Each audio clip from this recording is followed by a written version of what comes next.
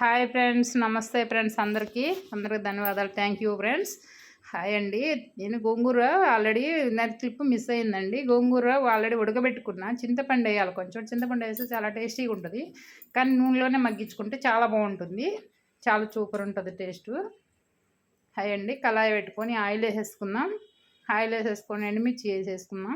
పచ్చడికి తయారు చేసే విధానం చూద్దాం ఫ్రెండ్స్. ఒకసారి మెంతులు, జీలకర్ర, ధనియాలు, ఎండుమిర్చి, కొంచెం ఆవాలు కూడా వేసిన దానివల్ల చాలా టేస్ట్ ఉంటుంది గోంగూర పచ్చడి. ఎప్పుడైనా బాగా వేయించేసుకుందాం ఫ్రెండ్స్. బాగా మగ్గిపోయినాయి చూడండి. బాగా వేయించుకుంటేనే చాలా బాగుంటుంది.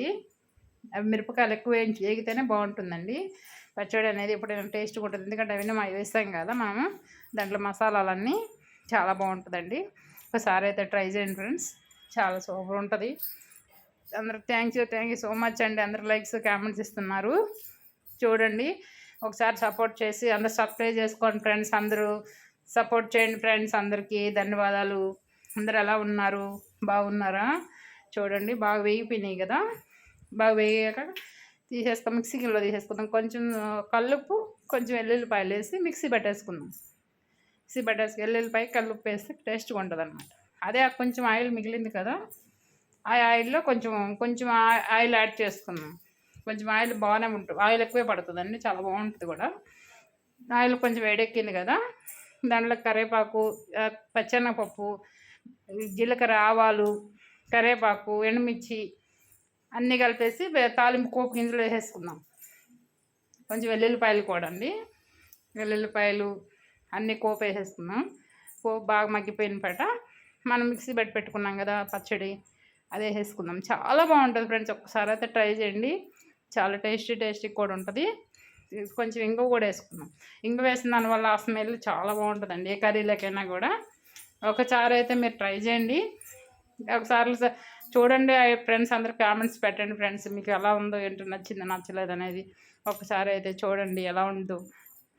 చూడండి చాలా బాగుంది కదా, బాగా వేగిపోయింది కదా. ఇప్పుడు ఇట్లా వేగించుకున్న పాట ఆనియన్స్ వేసుకుందాం. ఆనియన్స్ ఎందుకంటే ముందే ఎందుకు వేస్తే బాగా వేగిపోతే అంత టేస్ట్ ఉండదు అనమాట.